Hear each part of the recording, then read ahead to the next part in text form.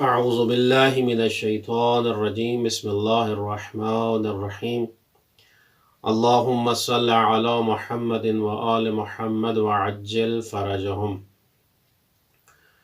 ناظرین، سیرت معصومین علیہم السلام ہمارے لیے ایک مشعل راہ ہے، ہمارے لیے ایک عملی نمونہ ہے، اور ہمیں چاہیے کہ ہم سیرت معصومین کے مطابق اپنی زندگی گزاریں اور سیرت پر عمل پیرا ہوتے ہوئے اپنی دنیا اور آخرت کو سنواریں۔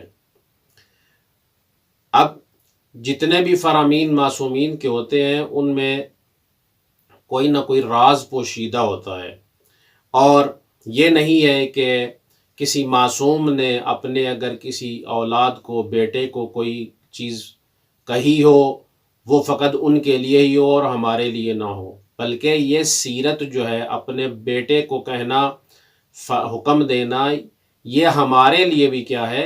سیرت ہے، اور ہمیں اس پر کیا ہے؟ عمل کرنا چاہیے۔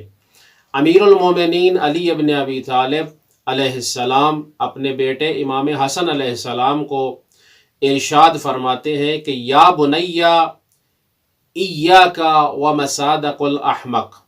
امیر المومنین علی ابن ابی طالب علیہ السلام اپنے بیٹے امام حسن علیہ السلام کو ارشاد فرما رہے ہیں کہ احمق سے دوستی نہ کرنا، اس لیے کہ جب بھی وہ آپ کو کوئی فائدہ پہنچانے کا سوچے گا تو وہ آپ کو نقصان ہی پہنچائے گا، یعنی آپ کو فائدہ نہیں پہنچا سکے گا۔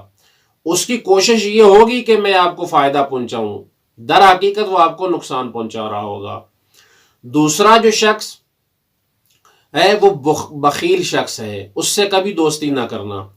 کیوں کہ جب تمہیں اس کی مدد کی ضرورت ہوگی مالی حوالے سے تو وہ تم سے دور بھاگے گا، تمہاری مدد نہیں کرے گا۔ اور تیسرا جو شخص ہے وہ مولا امیر علیہ السلام نے یہ فرمایا کہ بد کردار فاجر شخص سے جو ہے وہ دوستی نہ کرنا، کہ اس کی دوستی جو ہے وہ تمہارے لیے فائدہ مند نہیں ہے۔